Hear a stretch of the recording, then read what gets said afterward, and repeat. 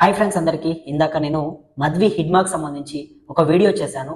అయితే మద్వి హిడ్మా అనే ఒక పేరు చాలా చిన్నదే కావచ్చు, కానీ దాని వెనుక ఒక పెద్ద చరిత్ర ఉంది.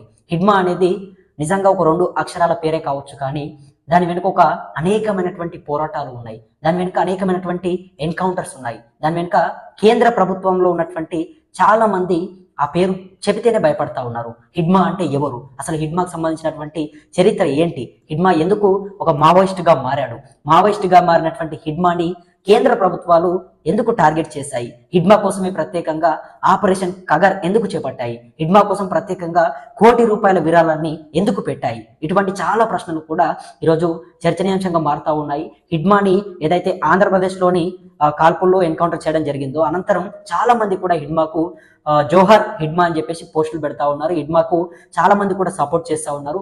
ఏది ఏమైనప్పటికీ హిడ్మాకు సంబంధించినటువంటి పూర్తి స్థాయి ఇన్ఫర్మేషన్ ని ఒక వీడియో రూపంలో మన MLR న్యూస్ తెలుగు యూట్యూబ్ ఛానల్లో పెట్టడం జరిగింది. ప్రతి ఒక్కరు కూడా అందులో ఒకసారి చూడండి. మీకు హిడ్మా గురించి, హిడ్మా ఊరు గురించి, హిడ్మా పెరిగినటువంటి విధానం గురించి, హిడ్మాకు ఉన్నటువంటి సంకల్పం గురించి చాలా చక్కగా నేను నాకు తోచినంత చెప్పే ప్రయత్నం చేశాను. అందరూ కూడా అందులో వెళ్ళి చూస్తారు అని చెప్పి నేను కోరుకుంటున్నాను. రైట్, ధన్యవాదాలు మిత్రులారా.